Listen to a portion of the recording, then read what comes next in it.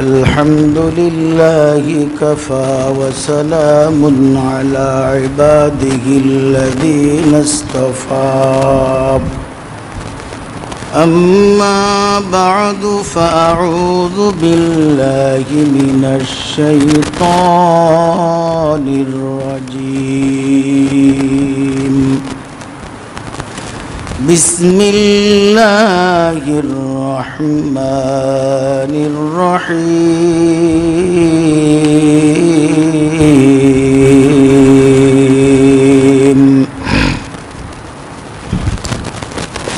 يا أيها الذين آمنوا اتقوا الله حق تقاته ولا تموتن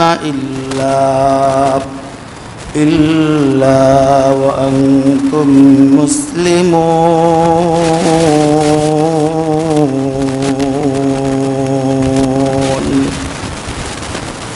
واعتصموا بحبل الله جميعا ولا تفرقوا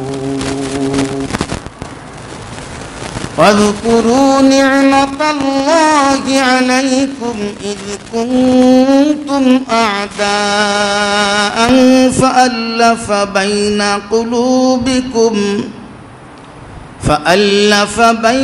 قلوبكم فأصبحتم بنعمته إخوانا وكنتم على شفا حفرة من النار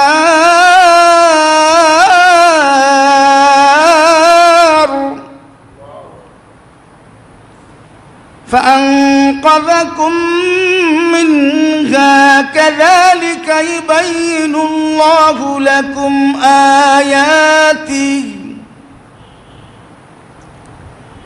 لعلكم تهتدون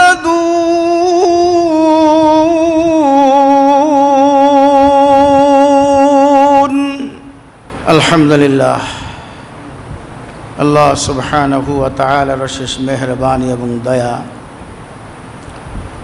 যে মহান সত্তা দয়াময় আল্লাহ আমাদেরকে ঈমানের মতো দৌলত দান করেছেন আলহামদুলিল্লাহ।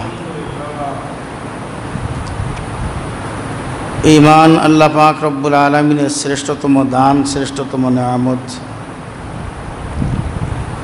হাদিস শরীফে বর্ণিত হয়েছে, যার অন্তরের ভিতরে মান কানা ফি কলবিহি মিসকালু যাররাতিন মিনাল ঈমান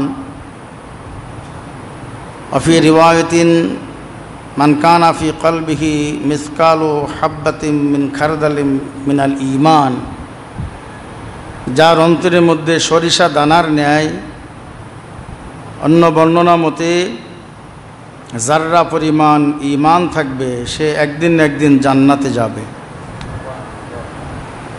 আর যার অন্তরের ভিতরে জাররা পরিমাণও ঈমান থাকবে না, তার জীবনে যত বেশি ভালো কাজ থাকুক না কেন, তার কোনো ভালো কাজ কার্যকরী হবে না, কাজেই লাগবে না। আল্লাহ পাক রব্বুল আলামিন আমাদেরকে বিনা দরখাস্তে, বিনা আবেদনে নিবেদনে, বিনা অ্যাপ্লিকেশানে এই ঈমানের মতো মহা দৌলত দানে ধন্য করেছেন। এই একটি মাত্র নেয়ামতের শুকর যদি আমরা আদায় করতে চাই, কিয়ামত পর্যন্ত হায়াত দিলেও সেই সামান্যতম শুকর কৃতজ্ঞতা আদায় শেষ হবে না।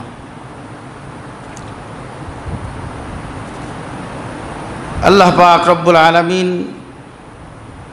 ঈমানকে এমন এক দামি বস্তু বানিয়েছেন, ঈমান যার ভিতরে এসে যায়,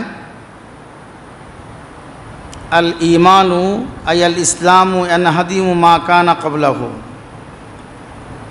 ঈমানের বরকতে, ইসলাম গ্রহণের বরকতে পিছনের জিন্দেগির সকল গুনাহ আল্লাহ তাআলা ধ্বংস করে দেন। ঈমান মানুষকে সত্যিকার অর্থে মানুষ বানায়। যার ভিতরে ঈমান নেই সে সত্যিকার অর্থে মানুষ হতেও পারে না। এই জন্য ঈমান যেমন আনায়ন দরকার, ঈমান ওই রকম সংরক্ষণ করা দরকার, ঈমান ওই রকম বৃদ্ধি করা দরকার। আল ঈমানু ইয়াজিদু ওয়া ইয়ানকুসু, ঈমান বাড়ে এবং ঈমান কমে। ঈমান বাড়ে বিত্তাকওয়া, তাকওয়ার দ্বারা, আর ঈমান কমে বিল মাসিয়াত, গুনাহের দ্বারা। আমি যে আয়াতে কারিমা আপনাদের খেদমতে তেলাওয়াত করেছি, আল্লাহ সুবহানাহু ওয়া তাআলা এই আয়াতে কারিমা এ প্রসঙ্গে উল্লেখ করেছেন। সূরাত আলে ইমরানের সুবিখ্যাত আয়াত, আল্লাহ পাক রব্বুল আলামিন সূরাত আলে ইমরানের এই বিখ্যাত আয়াতে 102 নম্বর আয়াতে আল্লাহ পাক রব্বুল আলামিন ইরশাদ করেন, ইয়া আইয়ুহাল্লাযীনা আমানু, হে ঈমানদারগণ, যাদেরকে আমি ঈমান দান করেছি, ঈমানের দৌলত নসিব করেছি, তোমরা ঈমানদার। কিতাবে আসছে আল্লাহ তাআলা ঈমানদারদেরকে ডাক দিয়েছেন সম্মানজনক ডাক, ইয়া আইয়ুহাল্লাযীনা আমানু। কাফেরদেরকে ডেকেছেন ইয়া আইয়ুহাল কাফিরুন, কুল ইয়া আইয়ুহাল কাফিরুন, হে কাফির সম্প্রদায়। মানুষকে ডেকেছেন ইয়া আইয়ুহান নাস, হে মানুষ সকল। কিন্তু আল্লাহ তাআলা ঈমানদারদেরকে ডেকেছেন সম্মানজনকভাবে, ইয়া আইয়ুহাল মুমিনুন বলেন না, ইয়া আইয়ুহাল্লাযীনা আমানু, হে আমার ওই সকল বান্দা বান্দিগণ যারা আমি আল্লাহর প্রতি বিশ্বাস স্থাপন করেছ। এই মহব্বতের মানুষদেরকে আল্লাহ তাআলা ডাকছেন। অন্যরাও মানুষ, ঈমানদাররাও মানুষ, পার্থক্য এক জায়গায়, আল্লাহ তাআলাকে একজন বিশ্বাস করে আর একজন বিশ্বাস করে না। বিশ্বাস কেন করে না? সে আল্লাহ তাআলাকে অনুধাবন করে না, বুঝে না। লাহুম কুলুবুল লা ইয়াফকাহুনা বিহা ওয়া লাহুম আযানুন লা ইয়াসমাউনা বিহা ওয়া লাহুম আ'য়ুনুন লা ইবসিরুনা বিহা। তাদের চোখ আছে কিন্তু দেখেও দেখে না, তাদের কান আছে কান থেকেও শোনে না, তাদের অন্তঃকরণ আছে তাদের অন্তর থেকেও উপলব্ধি করতে পারে না। যে কারণে তারা স্রষ্টার জাগতিক সৃষ্টি জগৎ দর্শন করেও তারা আল্লাহ তাআলাকে হৃদয়ে অনুধাবন করতে ব্যর্থ হয়। এরা চতুষ্পাদ জানোয়ারের চেয়েও অধম বলে আল্লাহ তাআলা কর্তৃক আখ্যায়িত হয়েছেন। উলাইকা কাল আনআমি বাল হুম আযাল, এরা চতুষ্পাদ জানোয়ারের চেয়েও অধম। আল্লাহ পাক রব্বুল আলামিন আমাদেরকে সেই বধির, বোবা, অন্ধ না বানিয়ে আমাদেরকে চোখওয়ালা, কানওয়ালা, দিলওয়ালা, অন্তরওয়ালা বানিয়েছেন। আমরা আমাদের অন্তর চোখে আমার স্রষ্টাকে চিনতে পারি, আমার স্রষ্টাকে বুঝতে পারি, আমার স্রষ্টাকে অনুধাবন করতে পারি। এ জগতের কোনো বস্তু দেখে তার প্রস্তুতকারকের কথা অবশ্যম্ভাবীভাবে মনে আসতে বাধ্য। জগতের যা কিছুই আমি ডানে বামে সামনে পিছনে দেখি, এর কোনো না কোনো একজন প্রস্তুতকারক নিশ্চিত আছেন। এই বস্তু দেখে প্রস্তুতকারকের কথা যেমন মনে আসা উচিত, সৃষ্টি জগতের অন্যান্য বস্তু যেগুলো কোনো মানুষ সৃষ্টি করে নাই, সেগুলো দেখে অবশ্যই স্রষ্টার কথা হৃদয়ে আনা, হৃদয়ে অনুধাবিত হওয়া, এটা অবশ্যম্ভাবীভাবে উচিত। নইলে সে আসলে মানুষ হতে পারে না। একটা কুকুর সে তার মনিবকে চেনে, কুকুর মনিবকে চেনে। একদিন একটু খাবার দেয় তো ওই বাড়ি ছেড়ে আর যায় না। বিড়ালকে একদিন খাবার দেয় তো ওই মনিবকে যে চিনে ফেলে। আমি খানা খেতে বসলে কোথার থেকে একটা বিড়াল আমার মাদ্রাসায় আসছে, খানা খেতে বসলেই পাশে আসবে, দেই না দি। আল্লাহর সৃষ্টি মহব্বত, তো স্রষ্টার মহব্বত থাকলে সৃষ্টির মহব্বত আসতেই হবে, দেই। এখন আমি ডাকি না, আমার কোলে এসে নিজে নিজে বসে যায়। কেন? সে বুঝতে পারে যে আমাকে ইনি ভালোবাসে, আমাকে খাইতে বসলে আমাকে না দিয়ে সে খায় না। একটা বিড়াল তার মনিবকে চেনে, একটা কুকুর তার মনিবকে চেনে। আমি কেন আমার আল্লাহকে চিনতে পারি না? তাহলে কি আমি পশুর থেকে অদম হয়ে গেলাম না? আল্লাহ তাআলা এই জন্য বলছেন উলাইকা কাল আনআমি বাল হুম আযাল, এরা চতুষ্পদ জানোয়ারের চেয়েও অধম। আল্লাহ তাআলা বলেন ইয়া আইয়ুহাল্লাযীনা আমানুত্তাকুল্লাহ ইয়া আইয়ুহাল্লাযীনা আমানুত্তাকুল্লাহ, হে ঈমানদারগণ, যারা আমি আল্লাহকে না দেখে বিশ্বাস স্থাপন করেছো, ইত্তাকুল্লাহ, তোমরা আল্লাহকে ভয় করো, হাক্কা তুকাতিহি, যেমন ভয় করা তাকে উচিত। তাকওয়ার মধ্যে দুইটা বিষয় পাওয়া যায়, এক নম্বর ভালোবাসা, আর একটা হলো আনুগত্য। ভালোবাসা ছাড়া তাকওয়া হয় না, আনুগত্য ছাড়া তাকওয়া হয় না, অবাধ্যচারিতায় তাকওয়া প্রতিষ্ঠিত হয় না, অবাধ্যচারিতায় তাকওয়া প্রমাণিত হয় না। মুফাসসিরগণ বলেন যার মধ্যে তিনটা গুণের সমাহার ঘটেছে সে তাকওয়াওয়ালা। এক নম্বর সে আল্লাহ প্রেমিক হবে, দুই নম্বর আল্লাহ তাআলার আনুগত্য করবে, তিন নম্বর আল্লাহ তাআলার নাফরমানি থেকে বেঁচে থাকবে। তিন গুণের সন্নিবেশ যার ভিতরে ঘটে গেছে সেই তাকওয়াওয়ালা। আল্লাহ তাআলা এই তাকওয়ার আহ্বান করছেন, তোমরা আমি আল্লাহকে বিশ্বাস করে, না দেখে বিশ্বাস করে যেভাবে ঈমানদার হয়েছো, অন্যান্য শিরিক কুফরি বর্জন করেছো, আমি আল্লাহকে ভয় করার মতো ভয় করে আমার পরিপূর্ণ আনুগত্যে আসো, আমার নাফরমানি যত যা কিছু আছে তা সমূহে বর্জন করো। তাকওয়া কাকে বলা হয়? হাদিস শরীফে বর্ণিত হয়েছে তাকওয়া বলা হয় গিরিপথে দুধারে পাহাড় বেষ্টিত, আরব দেশে যারা গেছেন ফুন্দুক পাহাড়ের ভিতরে ভিতরে গিরিপথ, হ্যাঁ, এই গিরিপথের এখন তো বড় বড় গিরিপথ হয়েছে, আগে এত বড় বড় ছিল না, ক্ষুদ্র ক্ষুদ্র ছোট ছোট গিরিপথ ছিল। মানুষ এখন ওর ভিতর দিয়ে গাড়ি নিয়ে যায়, হ্যাঁ, যানবাহন নিয়ে যায়। আগের গিরিপথে গাড়ি ঘোড়া নেওয়া যেত, কোনো মতে মানুষ সেখানে চলাফেরা করতে পারত। এই গিরিপথে সংকীর্ণ পথ, আবার উভয় পাশে কাটা বেষ্টিত সূক্ষ্ম পাহাড়ি পথ। এই পথের মাঝখান দিয়ে যদি কেউ যেতে চায় তাহলে তাকে যেভাবে সতর্কতার সাথে চলা উচিত, বলে এই সতর্কতার নামই হলো তাকওয়া। এটা রাসূলুল্লাহ সাল্লাল্লাহু আলাইহি ওয়াসাল্লামের ইরশাদ, ইত্তাকুল্লাহ হাক্কা তুকাতিহি,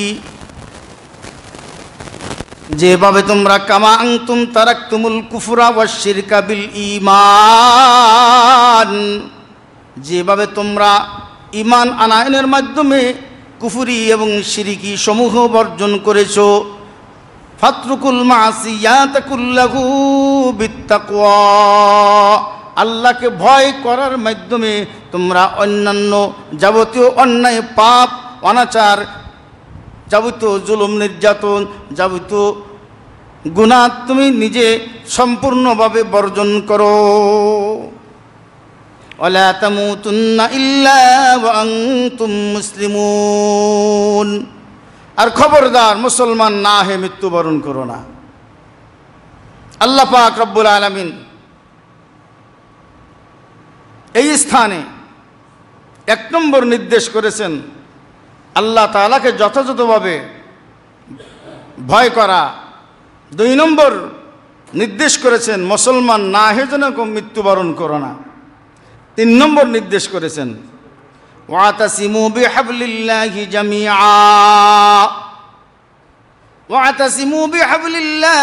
জামিআ, তোমরা আল্লাহ তাআলার রুজ্জু, দ্বীনের রুজ্জু, কুরআন সুন্নাহর রুজ্জুকে সম্মিলিতভাবে আঁকড়ে ধরো। ওয়াতাসিমু, তোমরা আঁকড়ে ধরো, বিহাবলিল্লাহি, আল্লাহ তাআলার রুজ্জু, আই বিহাবলিল কুরআন, কুরআনের রুজ্জুকে, আই ওয়াসসুন্নাহ এবং সুন্নাতের রুজ্জুকে তোমরা জামিয়া সম্মিলিতভাবে মজবুতভাবে আঁকড়ে ধরো। চতুর্থ নম্বর আল্লাহ বলেন ওয়ালা তাফাররাকু, নিজেদের মধ্যে তোমরা বিচ্ছিন্নতায় লিপ্ত হয়েও না।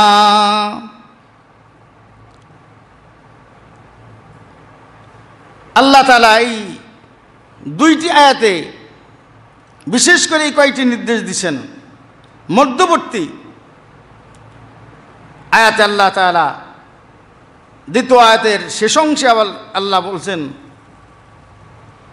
তুমি যদি পরিপূর্ণ তাকওয়া অবলম্বনকারী সাব্যস্ত হতে চাও তাহলে একে একে প্রত্যেকটা গুণ তোমার মধ্যে আসতে হবে। তন্মধ্যে আল্লাহ তাআলার রুজ্জুকে সম্মিলিতভাবে আঁকড়ে ধরতে হবে।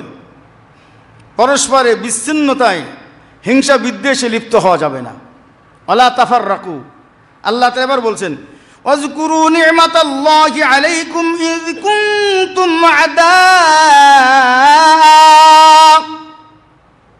হে মদিনার সাহাবায়ে কেরাম, হে আউস এবং খাজরাজ গোত্রের অধিবাসীরা, হে আউস এবং খাজরাজ, মদিনার আনসাররা দুই গোত্রে বিন্যস্ত ছিলেন, আউস এবং খাজরাজ।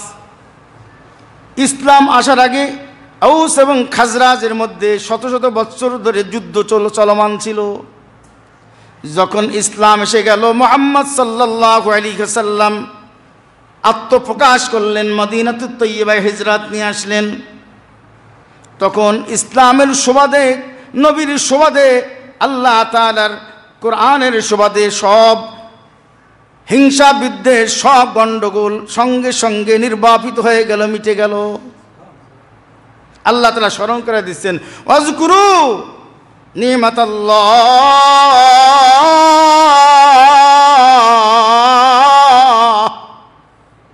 আল্লাহ তাআলার নিয়ামতকে তোমরা স্মরণ করো।